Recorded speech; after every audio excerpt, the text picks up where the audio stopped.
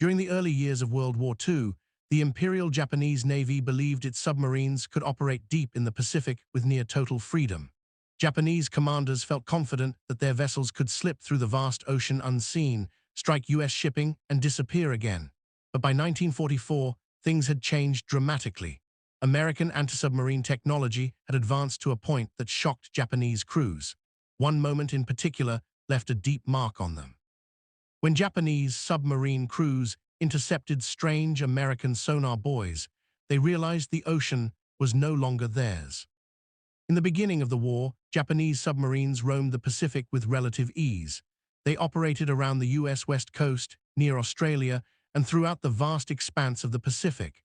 Their commanders relied on stealth, careful navigation, and the huge distances of the ocean to stay hidden. U.S. anti-submarine warfare was still in its early stages. Sonar technology existed, but was limited. Patrols were scattered. Many American naval forces were focused on surface battles rather than hunting submarines. However, as the war went on, the U.S. began to adapt.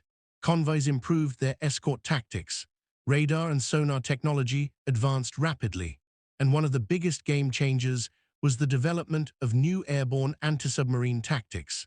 Instead of relying solely on ships to hunt submarines, the U.S. Navy began using aircraft equipped with radar and sonar detection tools. These aircraft could patrol vast areas quickly, spot periscopes or wakes, and then use special sonar buoys to track submarines underwater. The sonar buoy, or sonobuoy, was a small floating device dropped from aircraft. Once in the water, it extended a hydrophone below the surface to listen for submarine noises. It transmitted the sounds back to the aircraft using radio signals. This allowed the aircraft to effectively plant ears in the ocean. Even if the submarine dove deep, the buoys could pick up propeller noise or hull sounds and help pinpoint its location. For Japanese submarine crews, this was an unfamiliar and terrifying new development. Their tactics relied on slipping beneath the surface and disappearing. Now they faced invisible listening devices dropped from the sky. Even when they thought they were safe underwater, they were being heard. Studio First, ENCOUNTRS. In 1944, Japanese submarines operating near the Marianas and Philippine waters began to report unusual signals. Crew members listening to their own hydrophones picked up strange pinging and clicking sounds they hadn't heard before. At first, many commanders thought it was some sort of malfunction or maybe enemy ships using active sonar in a new way. But as more reports came in, a clearer picture emerged.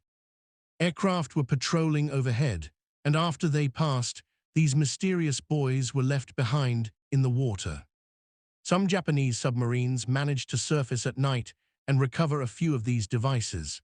The crews examined the strange floating cylinders with antennas and wiring. Engineers on board were stunned. These were clearly sophisticated listening devices, unlike anything Japan was using at the time. The Americans had figured out a way to turn the ocean itself into a trap. Before the introduction of sonar buoys, Japanese submarines could usually escape detection by diving deep and changing course. Many Allied surface ships lacked the speed or precision to track them for long periods. Aircraft were dangerous if they caught a submarine on the surface, but once the submarine dove, the plane typically lost contact. The sonobuoy changed this completely.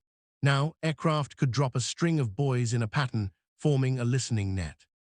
Even if the submarine tried to sneak away, its propeller noise would be tracked by the buoy array, and the aircraft could vector in destroyers or drop depth charges with astonishing accuracy. Japanese crews quickly realized that their old evasion tactics were failing. Submarines that previously could have escaped were now being cornered by coordinated attacks between aircraft and ships. It felt as if the Americans could hear them everywhere. Captured sonobuoys were sent back to Japanese technical teams for analysis. Engineers were impressed and deeply concerned. The devices were simple enough to be mass-produced, but advanced in concept. Each one had a hydrophone, a transmitter, and a floating mechanism that kept it in place. The radio signals were tuned to frequencies used by American aircraft, allowing pilots to monitor multiple buoys simultaneously. It was a clever system that turned airplanes into mobile anti-submarine command centers. Japan had nothing comparable. Resource shortages and industrial strain meant they couldn't rapidly build similar detection systems. Their submarine force suddenly found itself at a technological disadvantage that they couldn't close quickly. For the men inside Japanese submarines, these developments were terrifying. Submarine warfare was already psychologically demanding. Crews spent long periods submerged in darkness, listening for any hint of danger. Now, with the presence of sonar buoys, they felt surrounded by invisible ears. The moment they heard the telltale pinging of a buoy, they knew aircraft were nearby and that depth charges could follow at any moment. Some crews reported feeling trapped. No matter how deep they dove, the sound of the buoys followed. Even if they escaped one attack, they often surfaced miles away only to find more buoys waiting. It created a sense of constant vulnerability. Veterans later recalled that this was the moment they realized the ocean was no longer their safe domain. The appearance of sonar buoys was part of a larger transformation in naval warfare. The United States was combining technology, industrial power, and new tactics to dominate not just the surface and air, but the underwater battle space as well. Japanese submarines, which had once enjoyed wide operational freedom, were now hunted relentlessly. By late 1944 and 1945, American anti-submarine warfare had become incredibly efficient. Aircraft patrols with radar would detect submarines on the surface. Once a submarine dived, aircraft dropped patterns of sonar buoys to maintain contact.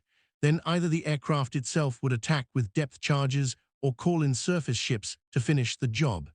This layered defense system was devastating. The loss of underwater dominance was a serious blow to Japanese strategy. Their submarines had been intended to disrupt U.S. logistics and gather intelligence. As American forces advanced across the Pacific, these submarines could have posed a major threat to supply lines. Instead, many Japanese submarines were sunk before they could do serious damage.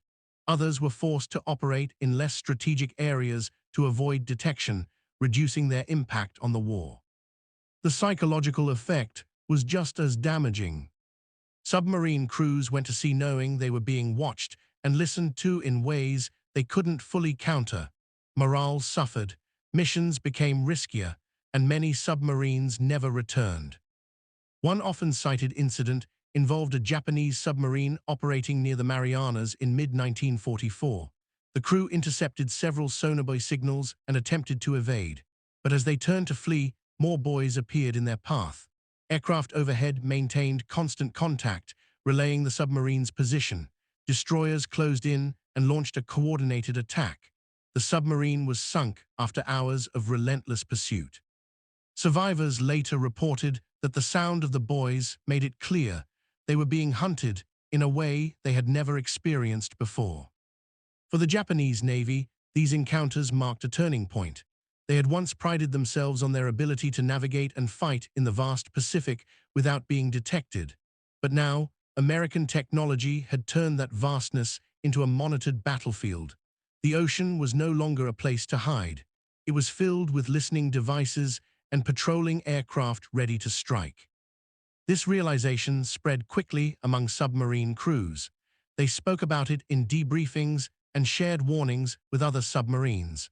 Some even changed patrol routes to avoid known buoy-heavy areas, but the reach of U.S. forces continued to grow. The story of Japanese submarine crews intercepting U.S. sonar buoys is more than a tale of technology. It represents a shift in control over the Pacific Ocean. Through innovation and mass production, the U.S. Navy gained dominance not just above and on the surface, but below it too.